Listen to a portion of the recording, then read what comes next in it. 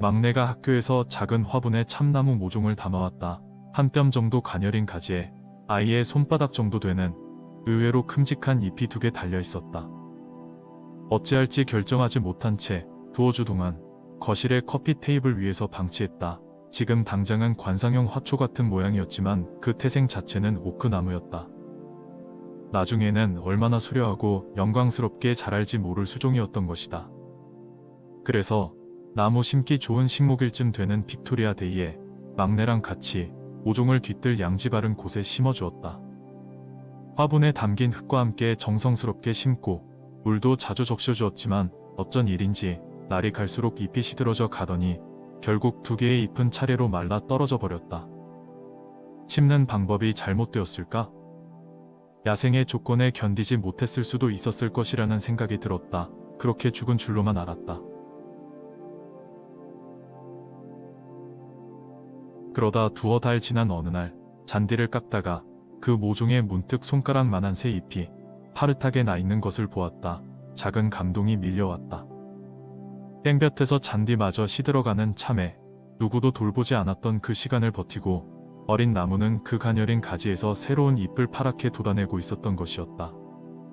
자세히 보니 잎의 생김새가 달라졌다. 집 안 실내에 있을 때보다 크기는 작지만 윤기가 믿음직하게 흘렀고 초록빛도 집 안에 있을 때보다 더욱 강해졌다. 야생에서 생존하려니 집 안의 그늘에서 가졌던 여린 잎을 떨구어 버리고 새로운 환경에 적합한 강하고 싱싱한 잎으로 재무장을 했던 모양이다.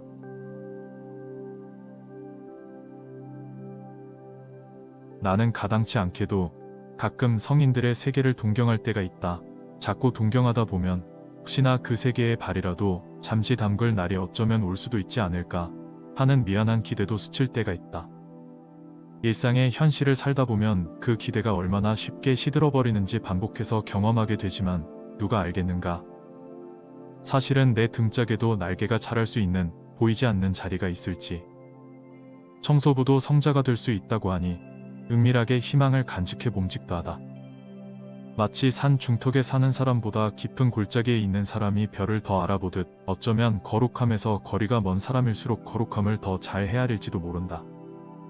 겸손한 사람은 자신이 겸손한지조차 모르고 거룩한 사람은 자신이 거룩한지조차 알지 못하지만 나같이 속된 사람일수록 거룩함을 더 동경하는지도 모르기 때문이다.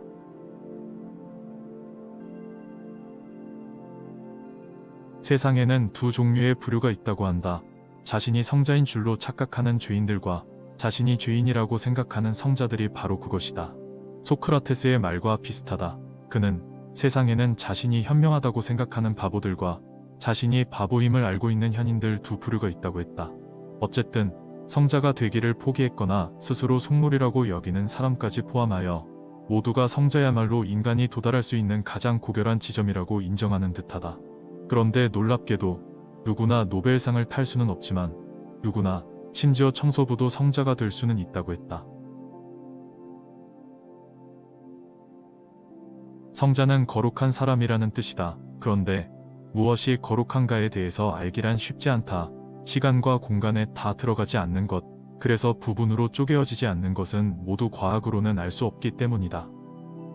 그래서 거룩함이란 사랑처럼 형체를 파악할 수 없는 신비한 것이다. 주변에 존재하기는 하지만 그 정체를 알 수 없는 것을 우리는 신비라고 부른다.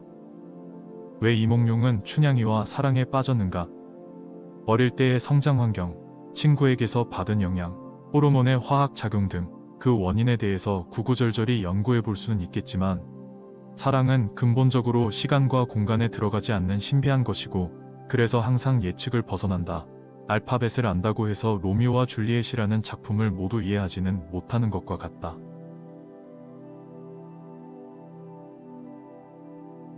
그러고 보면 나라는 존재 자체가 시간과 공간에 다 들어가지 않아서 분석할 수가 없다. 영혼에는 부분이 없어서 잘라볼 수도 없는 노릇이다. 그래서 나는 근원적으로 신비한 존재이다. 거룩함처럼, 사랑처럼, 나의 영혼처럼 그야말로 신비한 것들을 이해하지 못하는 것은 우리 자신이 그 신비를 이루고 있기 때문이다. 우리 자신은 책상 위에 돌멩이를 올려놓고 분석하듯이 그런 식으로는 모두 파악할 수가 없는 것이다. 스스로가 데이터가 될 때 그것을 바라보는 나는 이미 과학을 초월해버린다.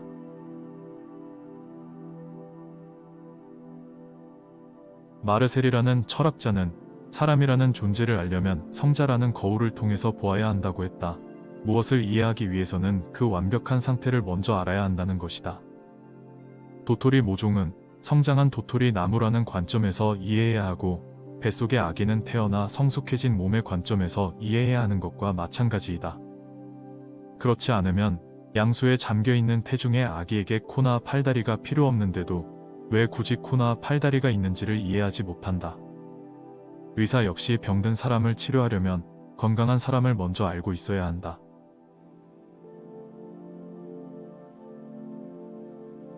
그렇다면 사람의 가장 완전하고 건강한 모습, 우리의 완성된 모습을 이루는 이미지는 무엇인가? 바로 성자이다. 지금 현재의 나를 이해하기 위해서는 먼저 사람의 건강하고 완벽한 모습, 즉 앞서간 성자들을 보아야 하는 것이다. 무신론자였던 까미조차도 페스트라는 작품에서 의사인 리웨라는 인물을 통해서 삶의 의미는 성자가 되는 것이라고 했다.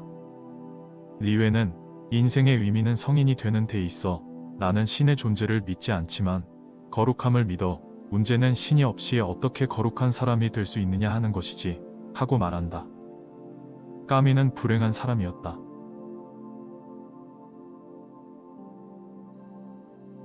그리스도인들에게 성자는 좀 특별한 의미를 가진다.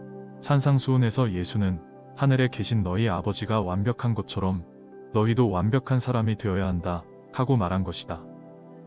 산상수훈은 성직자에게만 주어진 것이 아니라 거기 모인 모든 이에게, 아니 우리 모두에게 주어진 것이다. 모두가 성인이 되는 것이 삶의 의미요 목표가 된 것이다. 그런데 나는 완벽할 수가 없음을 안다. 진퇴양난이다. 그래서 구원자가 필요한 모양이다.